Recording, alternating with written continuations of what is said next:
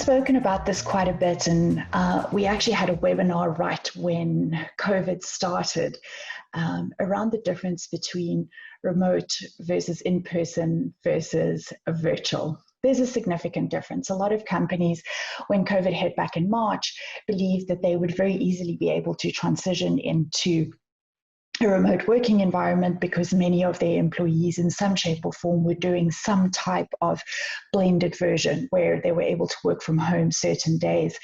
The reality, though, that everybody is starting to uncover now, 5 months into this journey, is that virtual is not everything that you think it is when you start out on it. And having been doing this for my entire working life, basically 2 decades at this point in time, I've really come to learn that it is a complete mind shift. It's you. If you are starting on a virtual journey, you need to understand that you've reached a point in your company's life where you are making the choice to completely and radically change the culture fundamentally.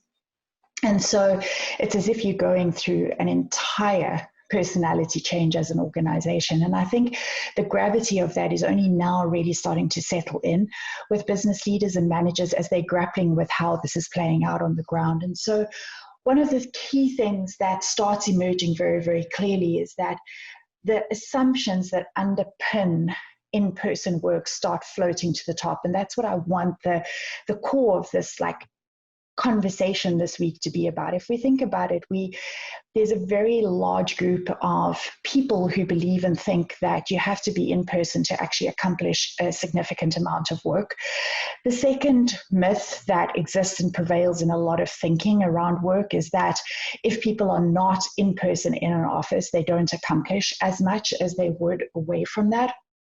And then the third myth that definitely drifts to the surface in this whole thing is that people are highly distracted and therefore, again, not as productive. And the reality, backed in data, and this is always really important because we as an organization always come back to the data, actually shows us something completely different.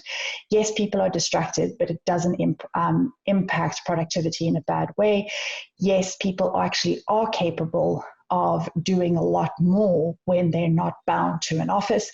And thirdly, the myth of you're only able to really trust somebody if you can see them and physically engage with them is not factually true. A lot of very productive teams get a lot of work done by not being in an in-person environment. And so understanding that you're fundamentally changing the culture actually means stripping back to the underlying assumptions that the most senior leadership in the company is making. And I think one of the things that I would encourage every company out there to do right now is to actually go and have that whiteboarding session.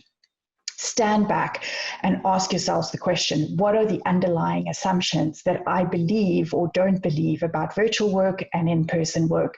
And once you understand that landscape, you're then actually able to move forward as a leadership team and say, well, we're going to embrace this set. We're going to continue assuming this and working from this. And this is a set that we actually want to make a mind shift around. And starting from there enables you to really, truly start the deep work of evolving your culture into this new era of work.